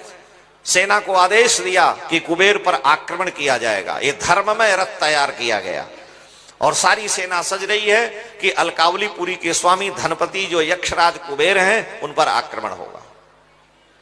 रात भर सेना सजी, प्रातः काल वहां से प्रस्थान किया जाएगा। ब्राह्मण को 14,000 स्वर्ण मुद्रा देनी है। कोषाध्यक्ष ने आकर के भोर में ही महाराज के चरणों में वंदन किया और कहा महाराज युद्ध करने की कोई आवश्यकता नहीं है, इतने रत्नों और कोषों ऐश्वर्य की वर्षा हुई है कि सारा कोष लबालब भर गया है जो खाली हो गया था। अयोध्या में आप जाएंगे, अब तो सरकार ही ऐसी है कि सारे कुंडों का उद्धार हो रहा है। वहां एक कुंड है और उस कुंड में स्वर्ण की वर्षा हुई महाराज श्री रघु के ऊपर कृपा करके। तो जिस कुंड में स्वर्ण की वर्षा हुई उस कुंड का नाम स्वर्ण खनी कुंड है। भारत सरकार उस पूरे कुंड का जीर्णोद्धार कराई, 12 महीने हर समय उसमें जल रहता है। तो उस कुंड का नाम ही स्वर्ण खनी कुंड है, जहां सुवर्ण की वर्षा हुई। चित्रकूट में हम लोग जानते हैं भली भांति, गोस्वामी तुलसीदास जी के काल में एक सिद्ध महात्मा थे, उन्होंने सुवर्ण की वर्षा कराई। भगवान शंकराचार्य ने अपने जीवन काल में एक ब्राह्मण के ऊपर कृपा की, स्वर्ण की वर्षा हुई। तो स्वर्ण की वर्षा हुई और राजा ने सर्वस्व दिया है। ब्राह्मण ने कहा नहीं, केवल 14,000 चाहिए। इस रघु की परंपरा में आप हैं और अपने पुत्र का दान करने में संकोच कर रहे हैं। राष्ट्र की रक्षा के लिए, देश की रक्षा के लिए और रामीय संस्कृति की स्थापना के लिए, रावणीय संस्कृति का अंत करने के लिए महाराज आपको अपने प्राण प्रिय पुत्र का त्याग करना ही चाहिए। और अगर आप विवाह की चिंता करते हैं तो विश्वामित्र जी ने पहले ही कह दिया है कि हे महाराज, श्रेयश्चास्मै प्रदास्यामि, वाल्मीकि, श्रेयश्चास्मै प्रदास्यामि बहुरूपम न संशयः। विश्वामित्र जी ने आपसे कहा कि अगर आप हमको राम जी को देंगे तो बहुरूप में श्रेय दूंगा। बहुरूप माने हर प्रकार का मंगल दूंगा और बहुरूप माने बहुरूपी मंगल भी दूंगा, यानी विवाह भी मैं करवा दूंगा। लेकिन बात आपकी समझ में नहीं आई, अतः आप प्रसन्न होकर के विश्वामित्र जी को अपने पुत्रों को दें। ये विश्व के मित्र हैं। विश्व माने श्री राम। विष्णु सहस्त्र नाम में भगवान के जो 1000 नाम हैं उसमें पहला नाम भगवान का विश्व है। विश्वम विष्णुर्वषट्कारो भूत भव्य भवत प्रभो भूत कृत भूत भृदभावो भूतात्मा भूत भावन पूतात्मा परमात्मा च मुक्ता नाम परमागति। ये 1000 नाम में पहला नाम विश्व है। तो भगवान श्री राघव विश्व हैं और ये विश्व के मित्र हैं। तो विश्व के मित्र को देने में घाटा क्या है? ये तो सौदा लाभ का है। दशरथ जी प्रसन्न हो गए, गुरुदेव की आज्ञा है, श्री राम लक्ष्मण को सौंप दिया। विश्वामित्र जी के चरणों में गुरुजनों को श्री राम लक्ष्मण प्रणाम किए। विश्वामित्र जी ने कहा अब चलिए, कहा अभी तो माताओं की अनुमति बाकी है। अब विश्वामित्र जी सिर पीटने लगे कि राजा को समझाने में तो इतनी पापड़ बेलनी पड़ी। भाई पुत्र मोह कितना प्रबल होता है, इस सब में नहीं आएगा महाराज। राजा अपने हृदय को वज्र से कठोर बना करके दे रहे हैं, लेकिन कहे कि हे रघुवर, आज हे विश्वामित्र जी, अब मैं इनको आपको दे रहा हूं। अब तुम मुनि पिता आन नहीं मोरे, आज से मैं अपना पितृत्व आपको देता हूं। मेरे बालकों से आप यज्ञ की रक्षा करावें, लेकिन आप पिता हैं तो मुझे विश्वास है कि आप इनकी रक्षा करेंगे। और आप गुरु भी हैं, दोनों आपको और वात्सल्य भाव है। लेकिन दोनों भाई गए याचना करने। माताएं भी, हम आपको कल के प्रसंग में बतलाए थे कि राज दरबार में रनिवास में भी सभा बैठी है कि महाराज के यहाँ क्या निर्णय होता है विवाह के लिए। और यहाँ सभा बैठी थी। ज्यों ही राम जी गए, प्रणाम किए माता कौशल्या कैकेयी सुमित्रा को, तो पूछा कौशल्या कैकेयी ने कि बतलाओ क्या समाचार है, विवाह के लिए किस देश की बहू आएगी। राम जी ने कहा विवाह उवाह की कोई बात नहीं हुई है, विश्वामित्र जी मांगने के लिए आए, हमको जाना है उनके यज्ञ की रक्षा के लिए, राक्षसों के संहार के लिए आज्ञा लेने आया हूं। कौशल्या अम्बा का मुंह लटक गया, बड़ी दुखी हुई। कैकेयी उछल के खड़ी हो गई, तुरंत मंगल में तिलक ले आई, चंदन तिलक माला पहनाया, रोली और उनको मंगला शासन करके सुंदर अक्षत दिया है कि आप क्षत न हो, आप अक्षत बने रहें और आप जाएं। कौशल्या जी ने कहा कैकेयी, तुम मेरे पुत्र राम को अपने पुत्र से अधिक मानती हो, और राक्षसों से लड़ने के लिए पिता ने कह दिया, तुमने भी कह दिया। कैकेयी ने कहा कि देखो मुझे वो दिन याद है जब वो ज्योतिषी आया था, उसने बतलाया था कि जिस दिन विश्वामित्र आएंगे उस दिन विवाह निश्चित हो जाएगा। तो आज विश्वामित्र आए हैं, इसलिए घाटे का सौदा नहीं है। और उन्होंने बतलाया था कि जन्म प्रसंग कहो कौशिक मिस सीय स्वयंवर गायो। शंकर जी ने जब राम जी की हस्तरेखा रनिवास में देखी तो बतला दिए थे कि जिस दिन विश्वामित्र मिथिला आवे माताओं जान जाओ कि विवाह का काम बन गया, तो घाटे का सौदा नहीं जल्दी दे दो। अब माताएं प्रसन्न हो गईं। राम जी आए, विश्वामित्र जी के चरणों में प्रणाम किए। विश्वामित्र जी बड़े प्रसन्न हुए, कहे बड़ी जल्दी आ गए, गए और तुरंत आ गए। तो विश्वामित्र जी ने पूछा इतनी जल्दी कैसे, माताओं ने रोका टोका नहीं? राम जी ने कहा कोई रोका नहीं, आपका नाम सुनत ही तिलक लगा दिया, देखिए और तुरंत हम आ गए। कहा आखिर में बात क्या है? मेरी माता कैकेयी ने मुझे तिलक लगाया और कहा कि जब विश्वामित्र जी आए हैं तो विवाह निश्चित है, इसलिए उन्होंने तुरंत उठ करके हमें विदा कर दिया है। अब विश्वामित्र जी को एक टेंशन ये भी हो गया कि इनसे राक्षसों का वध भी करवाना है, विवाह भी करवाना है, क्योंकि माताओं की भी इच्छा पूरी करनी है। अब विश्वामित्र जी महाराज दोनों भाइयों को लेकर के और अपने यज्ञ की रक्षा के लिए जा रहे हैं। ये समर्थ हैं, इनमें वह शक्ति है।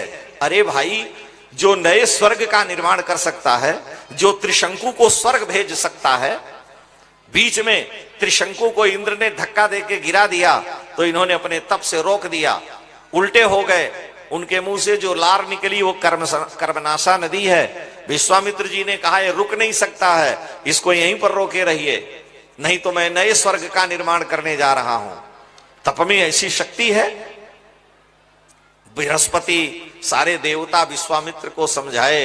उन्होंने कहा तो अमृत का जो सुख है, अमृत पीने का, वो त्रिशंकु को यही लटके लटके मिले। तो त्रिशंकु लटके हुए हैं। शंकु माने होता है दोष, त्रिशंकु माने जिसमें 3 दोष हो। गुरु की आज्ञा नहीं माने, ब्रह्म राक्षस हो गए गुरु के शाप से, गुरु पुत्रों का अपराध लगा। तो 3 शंकु थे, लेकिन वहीं से विश्वामित्र के तप का प्रभाव है कि वो अमृतत्व का सुख प्राप्त करते हैं। उन्हीं त्रिशंकु के वंश में हरिश्चंद्र और उसी वंश में सगर, उन्हीं के वंश में श्री राम जी का अवतार हुआ है। दशरथ जी ने बड़े प्रसन्नता से भाइयों को दिया है कि मैं क्षात्र धर्म संपन्न हूं, और क्षत्रिय को तो अपने प्राण का विसर्जन करता है, पुत्र की तो बात ही अलग है। विश्वामित्र जी लेकर चले, लेकिन अब चिंता सताने लगी कि इनको हम लेके तो जा रहे हैं, ये महलों में रहे हैं, कभी इनके चरणों में खाली पैर इनके चरण अयोध्या की बीथियों में विचरण नहीं किए हैं। इनके कोमल चरणों में कहीं किसी प्रकार के घाव न लग जाए, चोट न लग जाए। अरे भाई, पाणी स्पर्शा क्षमाभ्याम व्रजत पथुर्जो जो हरिंद्रानुजाभ्याम। सुखदेव जी कह रहे हैं कि राम जी के चरण इतने कोमल हैं कि जब भगवती सीता राम जी के चरणों को अपनी गोद में लेकर सहलाना चाहती हैं, सेवा करना, तो आश्चर्य में पड़ जाती हैं, पीछे खड़ी हो जाता है हाथ कि कैसे मैं छूंगी, अगर मेरे कर कमलों का स्पर्श पाए तो मेरे राघव इतने सुकोमल हैं कि उनके चरण में फफोले पड़ सकते हैं। तो सुखदेव जी कह रहे हैं कि पाणी स्पर्शा क्षमाभ्याम। पाणी माने हाथ, स्पर्श माने स्पर्श, और अक्षम है। श्री किशोरी जी के हाथ के स्पर्श को भी सहन करने में वो सक्षम नहीं है, इतने सुकोमल हैं। इसलिए वज्रादपि कठोराणी मृदूनि कुसुमादपि, ये तो साधना और भावना का विषय है। और वो दशरथ राजकुमार सच्चिदानंद पर ब्रह्म हमारे यज्ञ की रक्षा के लिए जा रहे हैं, मैं इनकी सेवा कहां कर पाऊंगा।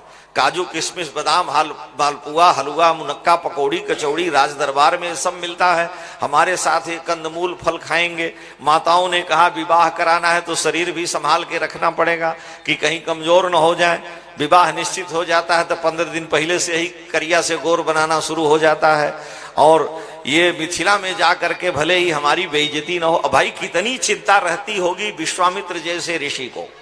इसलिए बेचारे सरजू के तट पर गए, दोनों राजकुमारों से कहा सरजू जल लाए, कमंडल में आचमन कराया, पूरब की ओर मुख कर दिया और सामने विश्वामित्र जी बैठ गए। चटाई पत्तों की डाल दी और कहा राघव, मेरे में वह सामर्थ्य नहीं है, मेरे में वो शक्ति नहीं है कि मैं आपको कुछ दे सकूं, क्योंकि सारी विद्याएं आप में हैं, केवल निमित्त बन करके प्रकट करना है। मुझे पता है कि आप सामान्य कोई पुरुष नहीं है। मैंने अपने आश्रम में ऋषियों से चर्चा की थी, तभी मैं अयोध्या आया। मैं ध्यान में बैठा था, व्याकुल था, मेरा यज्ञ पूरा नहीं हो रहा है। रावण के विनाश के लिए मैंने संकल्प किया है कि इस आसुरी शक्ति का नाश हो, लेकिन कोई मार्ग नहीं सूझ रहा था। लेकिन तुरंत ध्यान में मुझे अयोध्या आ गई, आपके आगमन का समाचार मिला और मैंने ऋषियों के बीच में चर्चा की। आओ मुनियो तुम्हें सुनाए कथा तुम्हारे राम की, अभी अभी अभी ध्यान में दीख पड़ी है मूर्ति उनके आन की। सत्यलोक से एक दिव्य रथ पृथ्वी पर आते देखा, 4 रूप बैठे थे उसमें अवधपुरी जाते देखा। आए हैं रखने वो मान भक्तों के सम्मान की, आओ मुनियो तुम्हें सुनाए कथा तुम्हारे राम की। मैंने सब लोगों को बतला दिया था। मैं जान रहा हूं कि आप परात्पर ब्रह्म हैं। कैसे नहीं जान सकते हैं, जो नए स्वर्ग का निर्माण करे। बला और अतिबला विद्या दे दिया। जाते लागन क्षुधा पिपासा, अतुलित बल तन तेज प्रकाशा। ब्रह्मा जी की 2 पुत्रियां हैं, बला और अतिबला। ये इन मंत्रों के, ये मंत्रात्मिका हैं। इनको दिया कि भूख प्यास खत्म।